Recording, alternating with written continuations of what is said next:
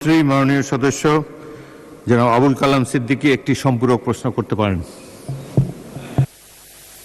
আমার নাম আবুল কালাম আজাদ সিদ্দিকী। মাননীয় সদস্য জনাব আবুল কালাম আজাদ সিদ্দিকী, সরি। যে আমি সম্পূরক প্রশ্নে মাননীয় শিক্ষামন্ত্রী মহোদয়কে প্রশ্ন রাখতে চাই এবং আমি জানতে চাই যে আমার নির্বাচনী এলাকা টাঙ্গাইল ৭ মির্জাপুর একটি কলেজ এবং ৪টি শিক্ষা প্রতিষ্ঠান এমপিভুক্ত বাকি রয়েছে।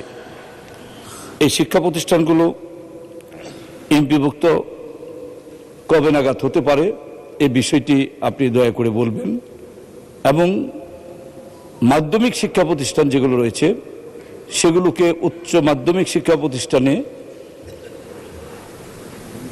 তালিকায় অন্তর্ভুক্ত করার জন্য যাতে আপনার তরফ থেকে নির্দেশনা আসে এটা আমি জানতে চাই। সেই সঙ্গে আমার নির্বাচনী এলাকা টাঙ্গাইল ৭ মির্জাপুরের জনগণকে আমি আন্তরিকভাবে ধন্যবাদ জানাই, অভিনন্দন জানাই যে 3বারের মতো সংসদ সদস্য নির্বাচিত করে মহান সংসদে আমাকে পাঠিয়েছে।